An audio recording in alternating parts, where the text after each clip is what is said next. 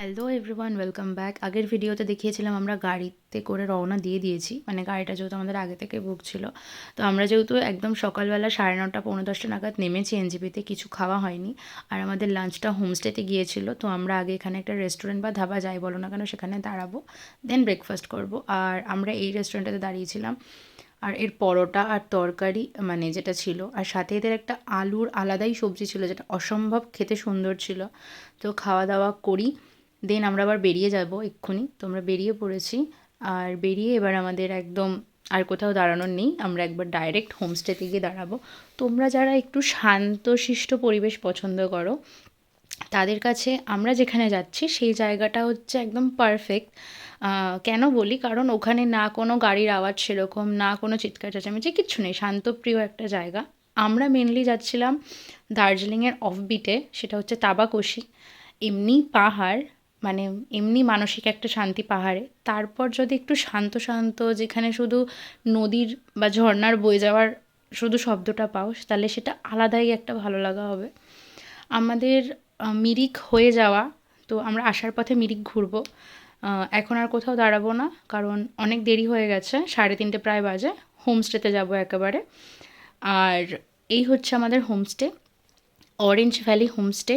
অসম্ভব সুন্দর পরিবেশ আর ভীষণ পরিষ্কার পরিচ্ছন্ন। তার সাথে এদের ব্যবহার, শুধু হোমস্টের সবার ব্যবহার নয়, আশেপাশের মানুষগুলোও খুব বন্ধুত্ব সুলভ সম্পর্ক এদের।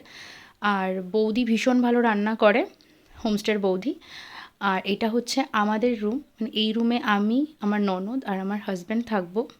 প্রচণ্ড বিধ্বস্ত লাগছে আমায় দেখতে। আর তোমাদেরকে জানলার পর্দাটা সরিয়ে শুধু ভিউটা দেখাই, তোমরা একটু দেখো।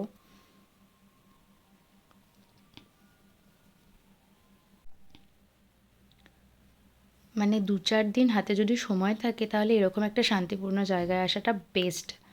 অসম্ভব সুন্দর। আর রুম বলো, খাওয়া দাওয়া বলো, ভীষণ পরিষ্কার পরিচ্ছন্ন। বৌদি, বৌদি বলতে হোমস্টের যে সঞ্জীব দা তার বউ, মানে যার দায়িত্বে হোমস্টে রয়েছে, তো সেই বৌদি। এটা হচ্ছে আমাদের রুমের ওয়াশরুম, ভীষণ পরিষ্কার পরিচ্ছন্ন। আর এরপর দাদাভাইদের রুমটা দেখাবো, যেখানে দাদাভাইরা ছিল। ওখানে দাদাভাইয়ের 2 বন্ধু ছিল।